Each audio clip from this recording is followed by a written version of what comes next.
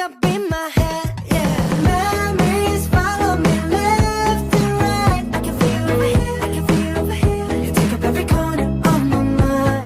Bahasa resmi adalah bahasa yang diakui dan digunakan secara resmi oleh suatu negara, lembaga, atau organisasi.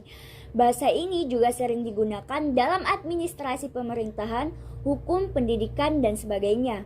Pada karya fiksi, bahasa resmi mengacu pada sebuah penggunaan bahasa karakter atau lembaga dalam suatu konteks atau masalah cerita yang bersifat membuat perbedaan sosial, budaya, atau hierarki yang secara spesifik. Bahasa ini juga seringkali dipergunakan dalam sebuah percakapan atau sebuah narasi. Contoh penggunaan bahasa resmi pada karya fiksi dapat kita temukan pada sebuah novel sejarah abad ke-18 dengan karakter utamanya yaitu Lady Margaret.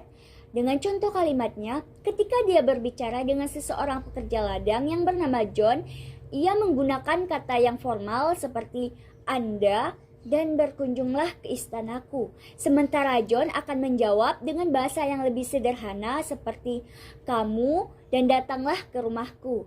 Sebagai akibatnya, bahasa ini memicu sebuah konflik atau masalah sosial dan terjadilah ketidaksetaraan antara kelas sosial. Jadi, kaitan bahasa resmi pada karya fiksi dengan jurusan kesehatan keperawatan yang pertama sebagai komunikasi yang jelas, yang artinya dengan menggunakan bahasa yang resmi dapat membantu memberitahukan informasi medis kepada pembaca secara jelas dan mudah dipahami.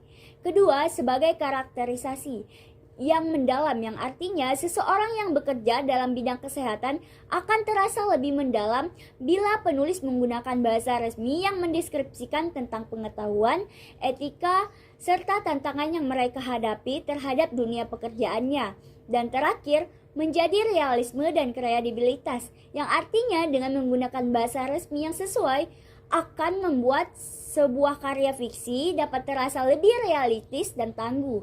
Jadi, bahasa resmi pada karya fiksi ini sangat membantu dalam membuat pengalaman membaca yang lebih mendalam serta jelas dalam masalah jurusan keperawatan atau jurusan kesehatan lainnya.